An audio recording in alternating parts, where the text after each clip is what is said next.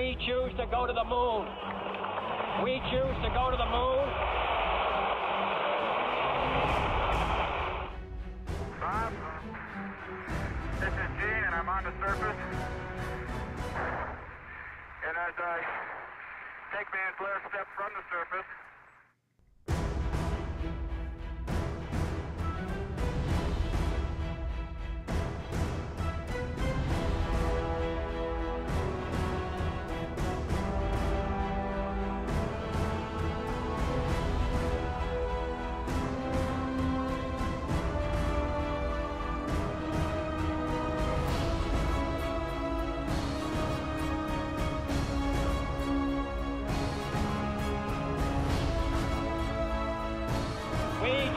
go to the moon in this decade and do the other things, not because they are easy, but because they are hard. Because that goal will serve to organize and measure the best of our energies and skills. Because that challenge is one that we're willing to accept, one we are unwilling to postpone, and one we intend to win. we leave as we came, and God willing, as we shall return. With peace and hope for all mankind.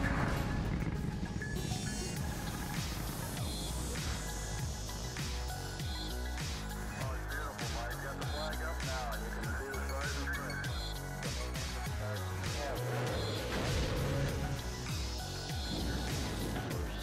Private space station.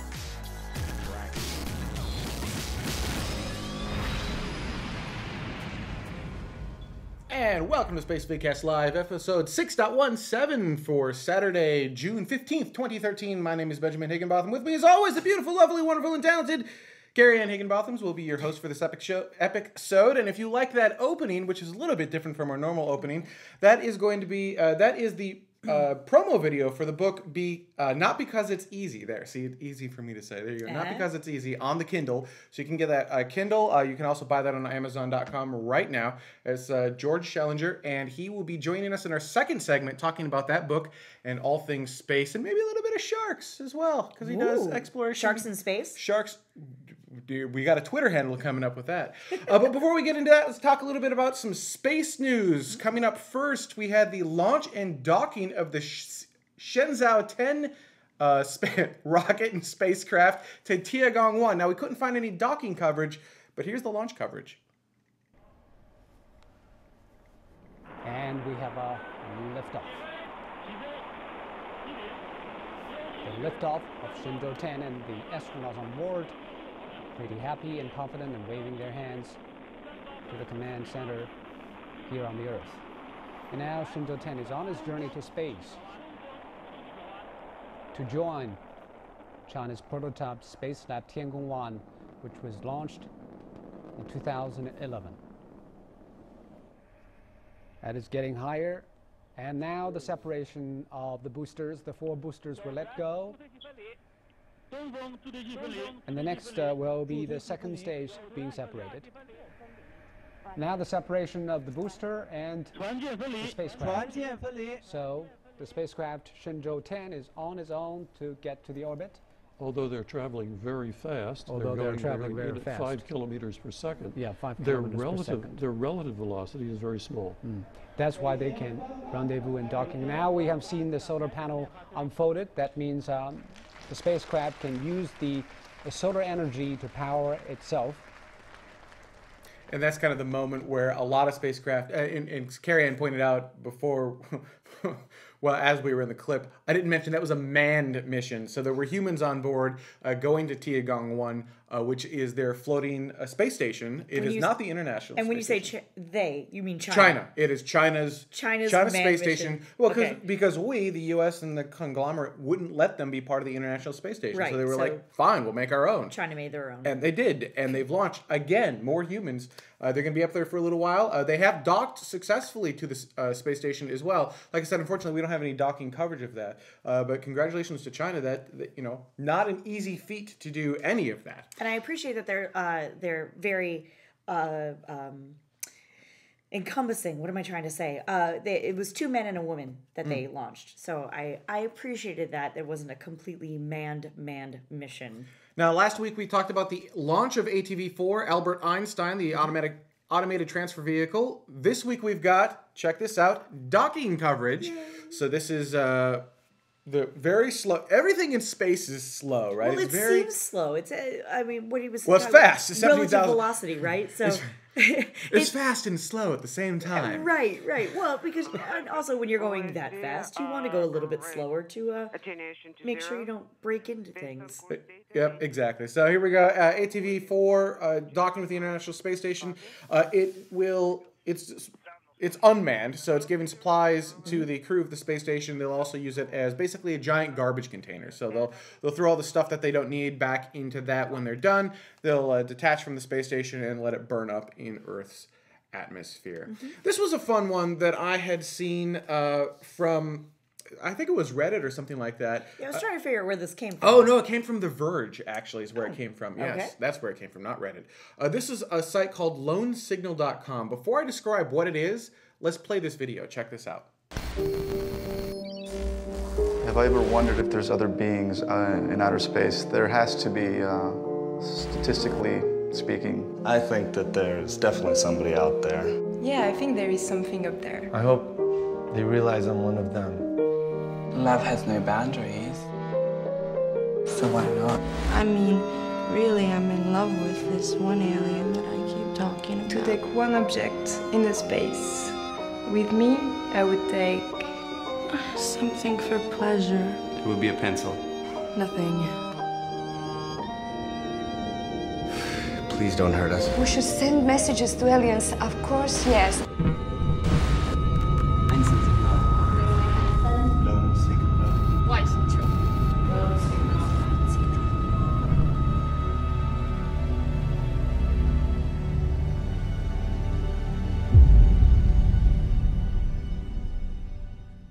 So what do you think that is? Well, okay, so... Or do you already know what it is? No, actually, when I first saw it, my initial reaction was, what a great psychological experiment this would be. Because it sort of, again, reminded me of the show that that BBC did with telling people that they were actually going into space and it was just a fake reality show. Right, we figured out anti-grav, stuff like that. Right, yeah. right. And that's how it struck me, but really interesting.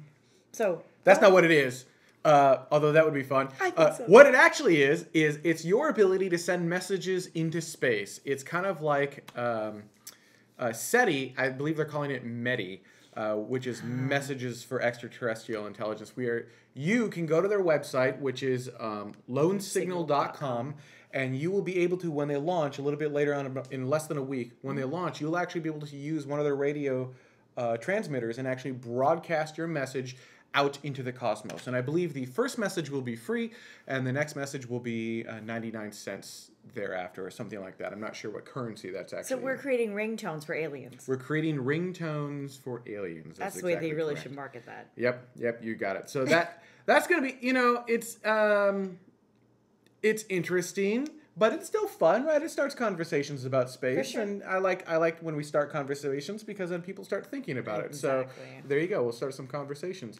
One of the other big conversations I like talking about is Planetary Resources. They're 15 days away from their $1 million Kickstarter campaign, and they're $100,000 to go. So less than $100,000. Check this out. This is the current slate as of right before the show. They're at $901,841.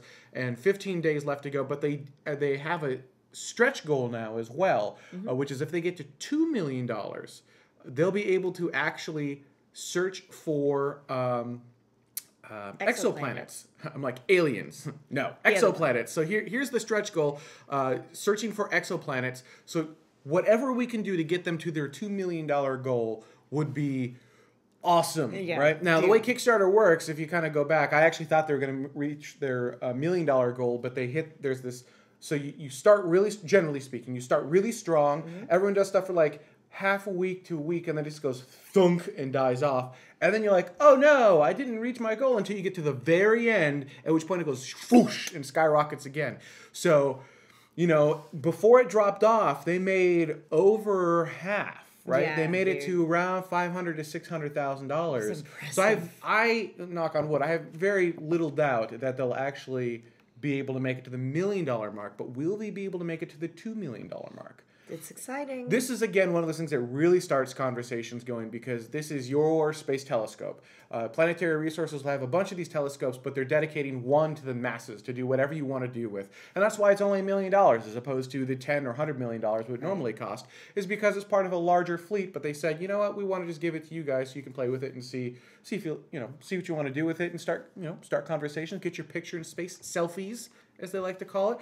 It's a very compelling and awesome program, and I encourage everyone to go over to the Planetary Resources Kickstarter campaign. We'll put the link in the show notes, and I don't want to say donate, that's not the right word, but sign up for one of their packages there. And become a backer.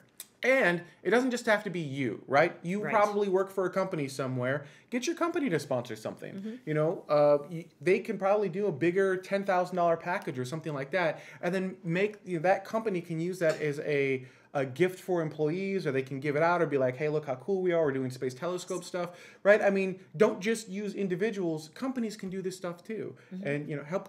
Get all of them involved. Be that guy that goes to your manager, that goes to your PR team, your marketing firm. Boy Scout groups, Girl Scout groups, volleyball groups, I guess. Any one group of people can just sort of band together and really make this happen. It would be amazing. Now, before we go to break, just really quickly, there's one last note in our wiki for the space news, and that is if you go to spaceindustrynews.com, you're going to see an article about how the U.S. Congress has no love for NASA's asteroid program. So speaking of asteroids, one of the things that President Obama's administration said they wanted to do was send a robotic expedition out, grab an asteroid, pull it back to Earth, and then send manned astronauts up, actually kind of explore it, do cool things with it over here in the safety of our backyard, as opposed to having to go way over to like Mars or something like that.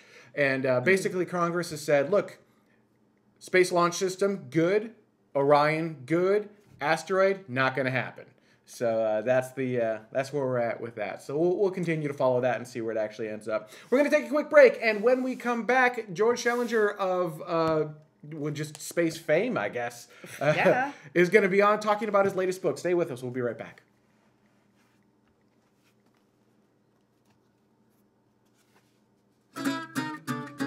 So for the next object I was going to make on the MakerBot, decided I was going to print a Mercury capsule.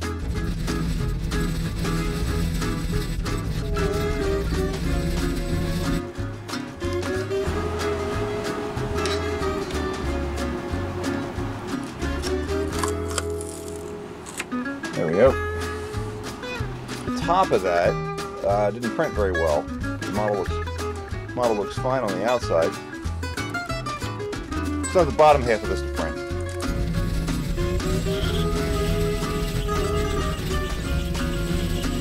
Here's my little Mercury capsule.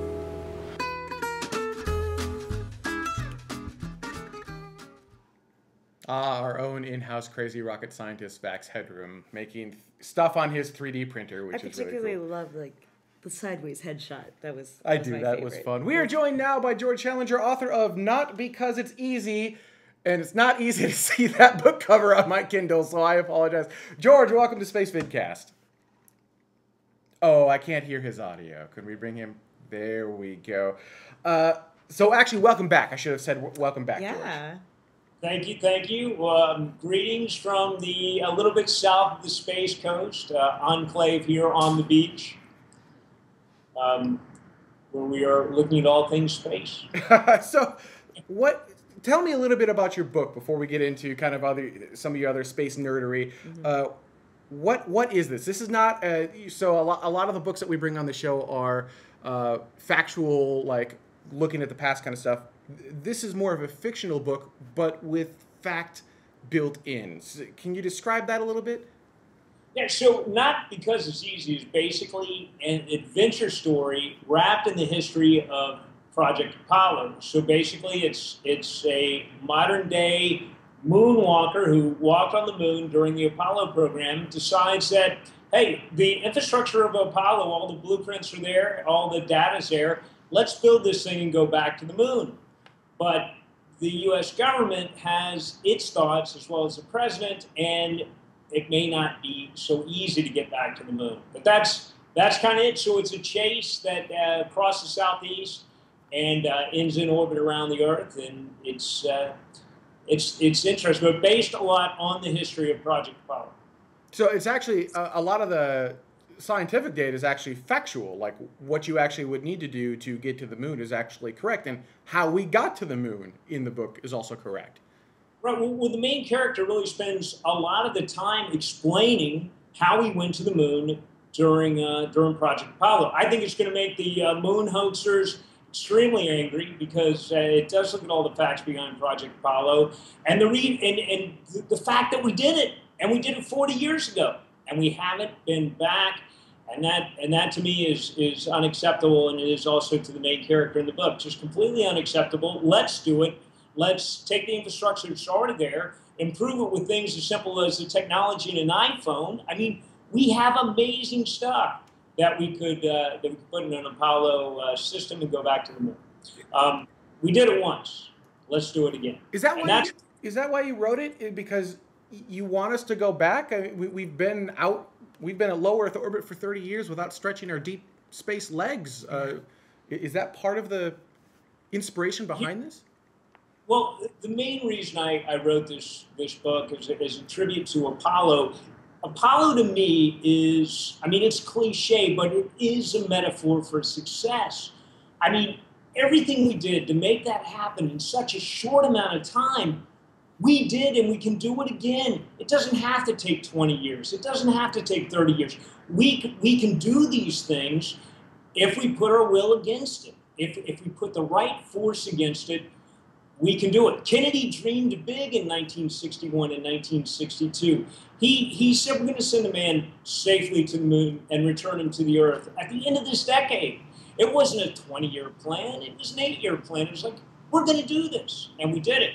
And the thing about Project Apollo, and I know there are some in the space community that aren't fans of Project Apollo, and I can understand that to a certain degree, but also, at the end of it all, Project Apollo won us the Cold War at the end of the day, because the Soviets were thinking about strategic defense and initiative. They know what we know if we put our minds to something, we could do it. And they said, you know, we can't outspend on Star Wars. So it was really the end of that Cold War. So yeah, there's a lot of good that can come out of Apollo, and sometimes I think we're a little too close to history to maybe fully appreciate it. But I can tell you, 100, 200 years from now, they're going to look back at Project Apollo and they're going to say, how did they do it? Well, we have people doing that, right? You mentioned the hoaxers, right? Saying this was all a big hoax. We have people saying that right now. How did they do it? They couldn't survive the radiation. We didn't have the technology. I mean, we've been gone from the moon for so long that we no longer believe we went to the moon. Right. Yeah, that to me is unacceptable as well. Let me tell you, in my connections with the space community, I have been very fortunate enough to meet many of the men who walked on the moon. Neil Armstrong when he was alive, Buzz Aldrin, Alan Bean, Gene Cernan, and these guys, Alan Shepard, you could see it in their eyes that they'd been there, and they were changed forever. They saw the view of the Earth. I mean, think about that picture from Apollo 8, the Earth rising over the moon. I mean, that changed our perception of our place in the universe. I mean, I got to tell you, here's a very interesting story. Last week, it's the 500th celebration of the discovery of the state of Florida, and kind of coming here, and I toured one of these Spanish galleons. It's a recreation of this boat that sailed across the ocean, sailed across the Atlantic to the New World. I tell you, I looked at that boat and the fittings, and to think that those explorers were out on this boat at sea, going to a new world. The Saturn V was the same, and we'll look back at it one day and we'll say, wow, that was our ship to explore new worlds. And yes, it was the start, and maybe sometimes starts are hard to fully appreciate, but we did it. It was a very expensive start, though. As has been brought up in the chat room, Apollo was not financially sustainable. It was designed to kind of not be repeated. It was designed to bankrupt another country, essentially. And it did, right? I mean, it was very successful in that regard, and that's one of the reasons we haven't been back. So do we now have the technology 30 years later, 50 years later, to be able to go back and sustain lunar travel or even Martian travel or going out into the cosmos? Here's what I will say to that is, think about it. We've been at war now for 10 years in the Middle East, fighting over fossil fuel. I think if we had applied all that money, all those dollars, all the lives we've lost, think about if we applied that to a space program. I mean, how much better off would we be today if we spent the past 10 years and all that money exploring? I mean, that's what it comes down to. In the end, that is what will save us. And, you put a price tag on Apollo, everything that comes out of Apollo, and you talk about spinoffs from space. The ultimate spinoff from space exploration is we get to survive as a species. To me, it's that simple. Well, that's above and beyond the moon, though, I would say, because what you're talking about is creating a backup of the human species out in the cosmos. And for that to truly work, we need to go beyond Earth and our own moon and over to Mars, and then even beyond our own solar system. So if something catastrophic does happen to the entire solar system, we're still out there somewhere. Totally. But is the first step our moon? Or is the first step, well, I mean, we already took that first step, but is the next step the moon, or is the next step Mars? I was just at the International Space Development Conference in San Diego in May, and there's a lot of very fascinating conversations there. But one I found the most interesting, and it gets to the little interstitial you played before this segment, lunar 3D printing. If we could establish 3D printers on the moon, using materials on the moon to make it, lunar cement, if you will, we could build even bigger infrastructure than we can here on Earth or in orbit. We could make great things on the moon. So yeah, I always believe that the moon is a stepping stone. It sits up there in the night sky to call to us, to make sure we know that, we have to step there to go out. And, I also, if you look back at Apollo, the other way I look at Apollo is a mutation. It was a technological mutation. If you look at kind of the way space travel is probably meant to go, Apollo just happened because it was the will of a president who was assassinated. It was the Cold War. So you had these perfect storm of events came together to create Apollo. But I just don't think we should chastise Apollo. I mean, it got us to the moon. And, and the other thing about it is a lot of space is sometimes a compromise. That's what I love about SpaceX. They're not compromising. That's what I love about, Virgin Galactic. They're not compromising. Space, the commercial aerospace knows they have to do what they have to do, and they have to do it safely, and it will be a lot different. But no, I think also Apollo as a motivator to go. So one interesting thing you brought up was being able to look up at the moon. It's right in your backyard. What do you think the impact on humanity will be when we establish a permanent lunar base? Because I do believe that will happen sometime. Mm-hmm. And everyone from Earth can look up and see the moon and say, there are humans there. I'm sure that happened during the Apollo era, but that only happened for a couple days at a time. What happens when every night you can look up and say there are humans on that thing? What will the impact on society be, do you think? When Neil Armstrong passed away, he told a great story that he would wink at the moon whenever he walked outside.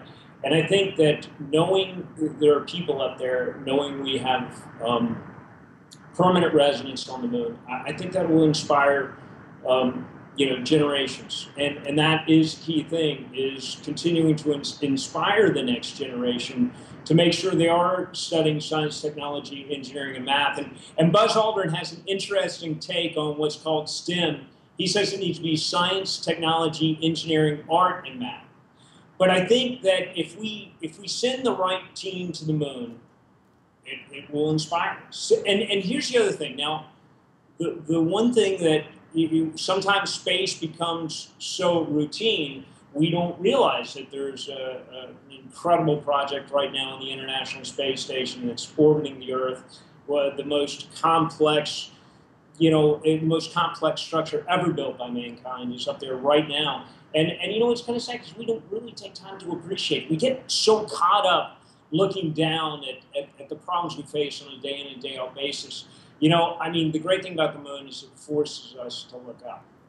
So you actually look up and down. So you look out to the cosmos, but then you also look into our oceans.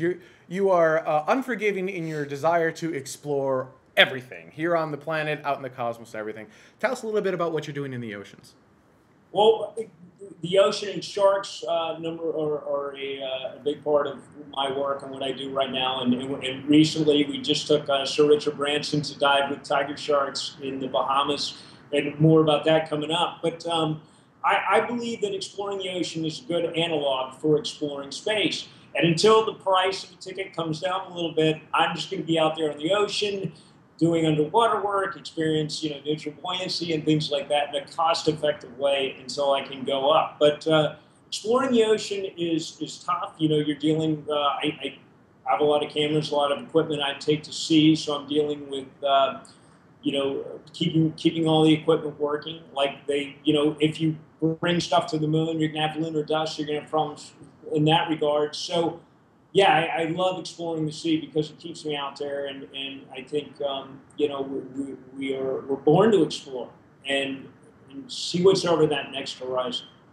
All right, George, we're going to take a quick break, and then we're going to come back to you in the After Dark segment after the show, and we're going to talk to you a lot more about your work with sharks, Operation Blue Pride. Blue Pride, thank you. I'm like, Prism. No, that's not the right one. No. Operation Blue Pride, and everything else that you're doing in the oceans in After Dark. So for those of you who are Spacevidcast Epic subscribers, make sure to watch that, or if you're watching Line Tune after that. But thank you so much for joining us. Where can people get your book?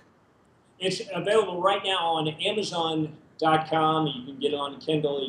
You can get a paperback and or a hardcover. But what I'll do is I'm for however you want to give them away, I will send some fine signed copies to you all, and you can distribute them as you see fit. And we will absolutely do that. George, thank you so much for joining us. We're going to take a quick break, and when we come back, viewer comments from last week's show. Stay with us. We'll be right back. Look into her face, determination in her eyes.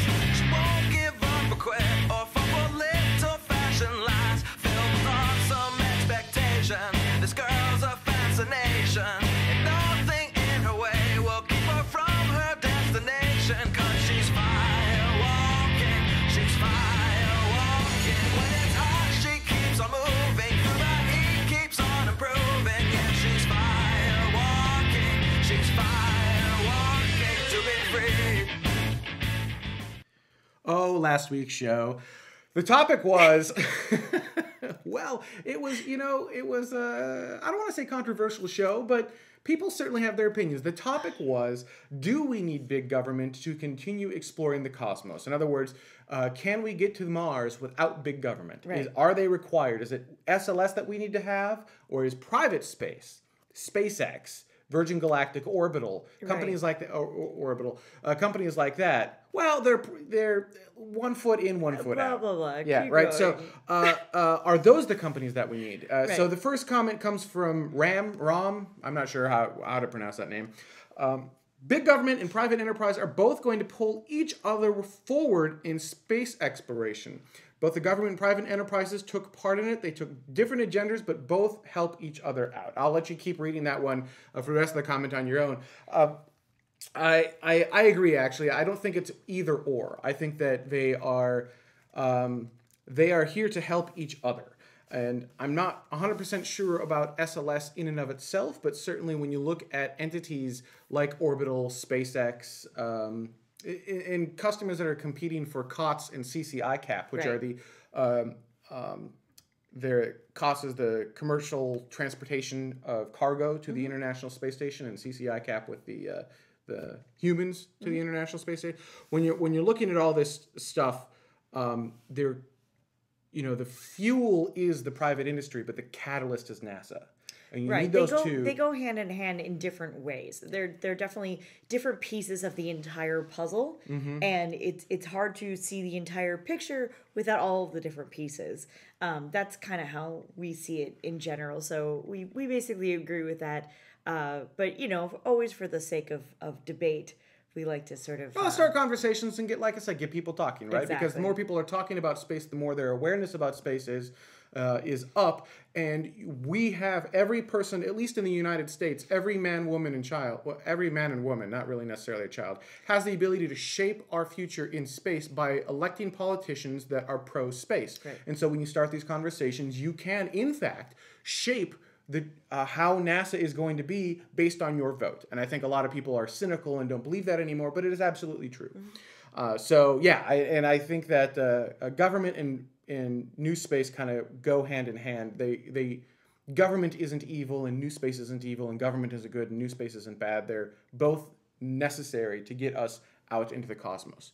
And they always have been, actually. I should be moving on to the next comment, but they always have been, right? Yes. You look, Rocketdyne with Saturn V, and oh man, was it Rocketdyne at the time? I think it was Rocketdyne for the F1. Someone in the chat room correct me. Who built the F1 engines? I'm pretty sure it was Rocketdyne back then. But point is, we had a bunch of private companies that helped build the Saturn V rocket. It wasn't like NASA built the whole thing themselves. Exactly. So.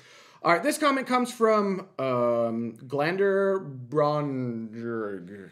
I love these names. Keep them coming. Thanks, guys. That's awesome. Anything that Ben can't pronounce would be even better. That's great. There's a long debated engineering principle that you can build or make something either cheaper, sooner, or better, also known as higher quality. You must choose at least two of those three options. The government showed us that going to the moon can be done by sacrificing cheaper aspects, where it was really posted in several NASA subcontractors. The engineering offices waste anything but time.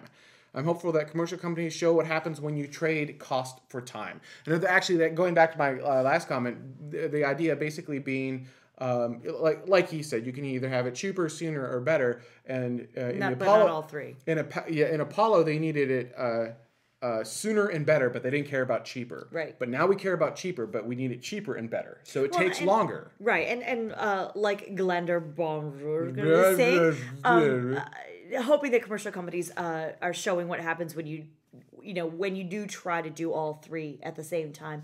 And I think that's what's happening. And it's funny because we're also frustrated when it's taking what we feel is too much time, because they are trying to do it cheaper and safer, as well as taking their time on it. You know what I'm saying? Like, making it better. We're so used to iPhones, right? I mean, your iPhone, you get a new iPhone every year, and it's revolutionary every single year. Now it has LTE. Now it has a higher resolution display. Well, I don't know if it would be revolutionary. Well, that's why I air quoted revolutionary, right? So we get so caught up in these yearly refreshes, absolutely. And you don't have that rocket science, because in the next generation rockets, you truly have a new revolution of rocketry, right? I mean, looking, I'm obviously biased, but looking at the SpaceX engines, that's a completely new generation, a revolutionary engine that they're using, and they're going to do cooler things in the future too.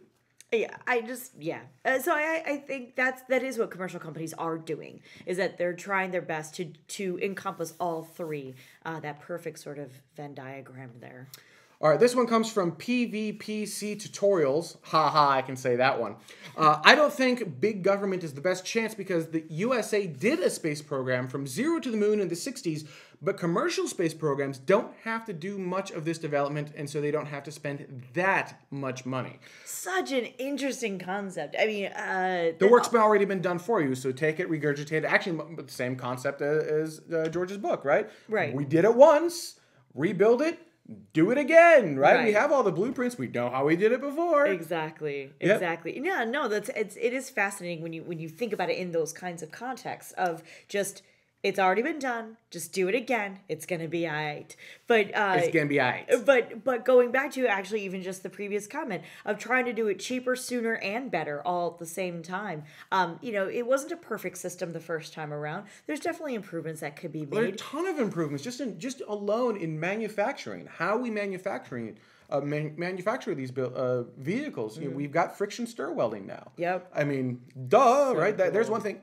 Second thing. Computers, right? Computers, yeah, dude. Wee bit more powerful now, just a pinch, just a touch more powerful. So you might be able to do a lot more. But as soon as you start talking about things like that, you're radically changing the structure and all the components of the vehicle. So you're basically building it from scratch. You are basically building it from scratch. A little Battlestar Galactica, whatever's been done before will happen again.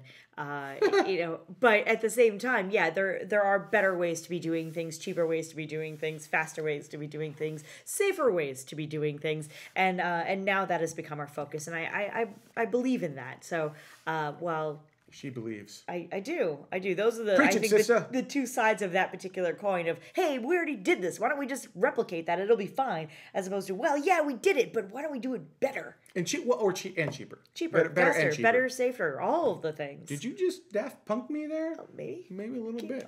All right, this is from Monocum. All right. Yep.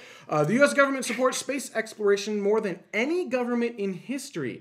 Your complaint is, by the way, this was in response to another comment, not to me. Your complaint is akin to a carpenter blaming his hammer for not doing the work without him wielding it. The private sector has no chance to get to Mars without the government. There's no short-term profit in it.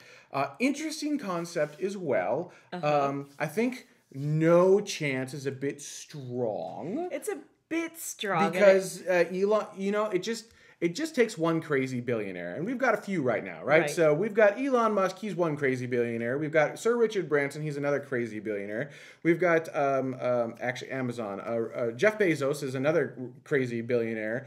All of whom are working on space programs. Yep. So, you look at someone like Howard Hughes in the past, and he's like, screw it, I'm just going to do it. This is the thing, it's fun, I'm going to do it, this is what's going to happen, I believe in it. A different crazy billionaire. A different crazy billionaire, right? So it just takes a crazy billionaire to do whatever they want to do. Duh. You don't need the government, you just need a crazy billionaire. Right. So, maybe, and let's not... I think that these companies are actually coming into their own now, and they will be able to do this if the government doesn't want them to. But why go that far? Why not get the support of the government and do it faster at that point? Yeah. So the government doesn't add safer or better. The government adds faster. And in the timelines that we're talking about, faster is good because people can't think that far. Yeah, out. Dude. So if we can condense this under a decade, much like Apollo, condense it down, that's a good thing. And I think that will help quite a bit. I love how these are all over the board. This is Tim Like 01. The government is the main reason why we can't get to Mars. The government gave NASA a blank check during the Apollo years to beat the USSR to the moon, but after that, the same government decided that NASA needs less money and that there should be no human presence beyond low Earth orbit. What the face? In other words, it makes no sense to ask for space funding from people who don't know the difference between a retro rocket and a retrovirus. And very few people in Congress know the difference. Ow. Well, that comes back to your elected officials. So, that point was made inside of our chat room. The point I'm about to say was made inside of our chat room last week, which is that while it is still Congress and they still fall under the umbrella of the word Congress, it's not the same government. It's not the exact same elected officials. It's not the exact same, if it was the same exact people, people can change their minds. People are influenced by different things. We're not in the Cold War. All of these different factors have changed. And so things have changed.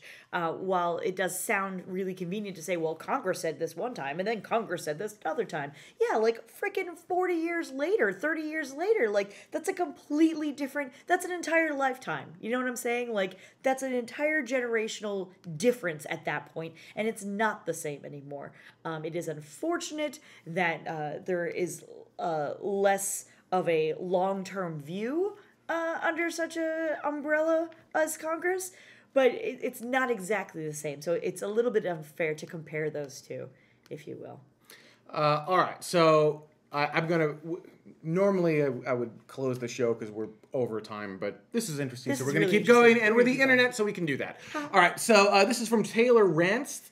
Says, the only thing the government is good for is collecting taxes and spying on people. Space should definitely be separated completely from the government in order to avoid lengthy policies which restrict rapid growth in the space industry. But if you separate it completely, you separate the finance as well. Let's not forget that NASA gets over, well, they get over $20 billion with a B dollars per year. We are begging you, pleading with you to contribute to a Kickstarter campaign to get Arcade to $1 million with an M dollars. Dude. Right? And if you were to extrapolate that to a year, that would be $12 million. A far cry from the $20 billion that NASA gets now through our tax dollars. So I'm not sure that separating it completely is the right move, because there is some people just don't understand some of these values or understand timelines or finances necessary. There's some waste because it's government. But yeah, I mean, it sure would suck to lose all of that. It would just be awful. Michael V or Michael 5, I'm not sure which, at 1.46 billion, once again, with a B per mission. Not sure the correctness of or proprietary. Or what? That is not a real word. Displaying and celebrating shuttles that has brought NASA to its knees and wasted over 30 years of hope.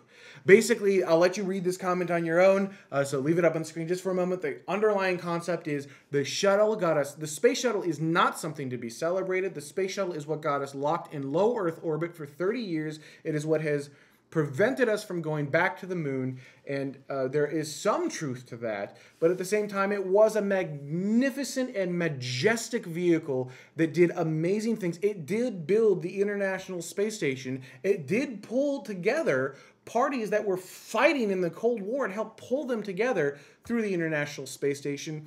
And it did, in fact, get some people interested in space. I grew up with the space shuttle. That's all I know. I didn't grow up with Apollo, and I miss it. And part of me feels bad that we're going back to rockets and don't have these beautiful ringed spaceships. Right? That's these awesome. They fly up into space and they glide back down like a plane. That's really awesome. So I see what you're saying, and the answer is no. I see what you're saying, and I don't think we should be that harsh. We should just be celebrating all of our achievements. The space shuttle, yes, there you go. I mean, not no matter how small exactly, but it is a huge achievement. We did accomplish something really amazing, and I don't see a reason to not celebrate that. And finally, Super Multi AAA says, having robots is better. Humans do not need much resources. Well, true-ish. No, it doesn't say do need too much resources. Oh, I'm sorry. So the idea being that you can send a robot up, and it doesn't need to sleep, it doesn't need to eat, it doesn't need shelter, it doesn't need, air to breathe. It doesn't need all of these things that if you were to send a human up to do the exact same thing would need. You have to take all of those things into consideration, and those usually rack up as dollar amounts rather than resources per se. And yet at the same time, when you look at it, the other side of that argument is, yes, but if you put a human up there, he or she would have been able to get all of that science done in like a couple of hours, maybe a couple of days, instead of years. Yeah. Years. So you're looking at, it's the age-old argument of time versus money. Sure. So, for scientists who really want to do real science work on Mars, they really should be pushing for humans on Mars, because one human can do more science than has ever been done on Mars with our rovers in about 2.5 weeks. So, starting with week 3, that's gains from a scientific standpoint. Right. Plus, now we have a backup to humanity, and we can actually do other really cool things. So that will help push the science forward. Humans will help push the science forward. That's not to say that robots have no place. They absolutely do. Mm-hmm. We need robots to, actually, as George was alluding to, we can have robots 3D print lunar colonies. We've talked about that before. That is awesome. Mm-hmm. We can have robots go down and actually pre-prepare the HABs on Mars. All of this has been talked about before. Robots can do amazing science. Space telescopes can do amazing things that humans just can't do. It's a combination of the two, much like we're talking about everything else. It's a combination between government and private space. It's a combination between robots and humans. And you shouldn't have one or the other. You shouldn't favor one over the other. You should have both working in tandem for this awesome, epic journey that we are on, which is called Humanity Visiting the Cosmos with Carrie Ann and Benjamin Higginbotham. One little footnote very quickly. The second to last comment had a word that Benjamin and I, neither one of us understood. Apparently, our commenters are much smarter than we are. The word was propriety. Propriety. No. And it says, which is the definition of the state or quality of conforming to conventional. I can't talk it. Accepted standards of behavior. It's hard. Morals. Hang on, guys. It is hard doing this. And Live. sometimes you hit a word and you expect it to be one other thing, and your brain goes, wait.